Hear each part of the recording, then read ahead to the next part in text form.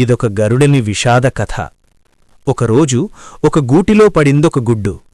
అది గరుడిని గుడ్డు, కాని గూడు కోళ్లది. పొదిగింది కోడితల్లి, ప్రేమతో మమతతో. పుట్టాడు గరుడు కోడిపిల్లల మధ్యలో.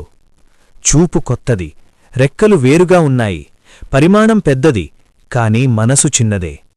నేను కూడా కోడిపిల్లనే అనుకున్నాడు. ఆకాశం తన సొంతమని తెలియలేదు. పెరిగాడు రోజులతో, పెరగలేదు మనసు. రెక్కలు పెద్దవయ్యాయి, ఎగరని ధైర్యం. కోళ్లలా గెంతాడు, గింజలు ఏరుకున్నాడు. ఆకాశం చూసి మళ్లీ తల దించుకున్నాడు. రెక్కలు అడిగేవి, ఎగురు ఎగురు. మనసు చెప్పేది, వద్దు, నేను కోడినే. ఎగిరే పక్షులు చూసినప్పుడు గుండె కదిలేది, కాని అది నా పని కాదు, వెనక్కి తిరిగేవాడు. ఒకరోజు ఆకాశం నుండి దిగివచ్చాడు ఒక వృద్ధ గరుడు.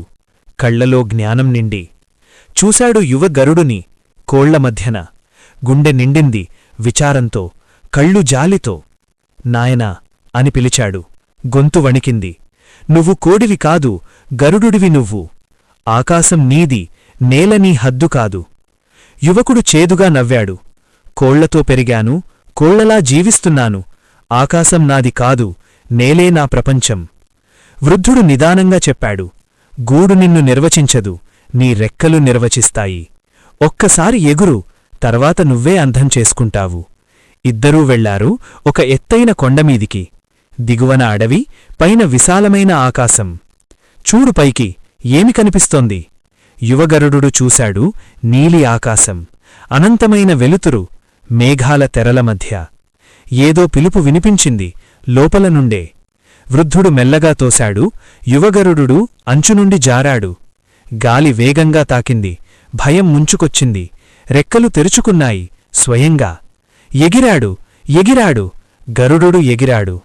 ఆకాశం ఆనందించింది, మేఘాలు వంగాయి, గాలి పాడింది, ఇదే నీ స్థానం నాయనా.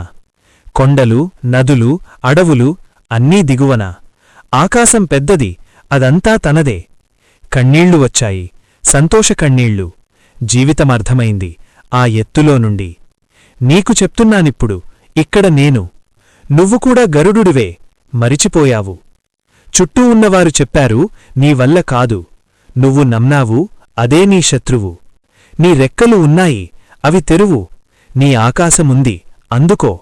పుట్టినచోటు నిన్ను ఆపలేదు, నీ నమ్మకమే నిన్ను నిలిపింది. లే, ఎగురు, ఆకాశం నీది. దయచేసి ఒక్క లైక్ చేయండి. థాంక్యూ.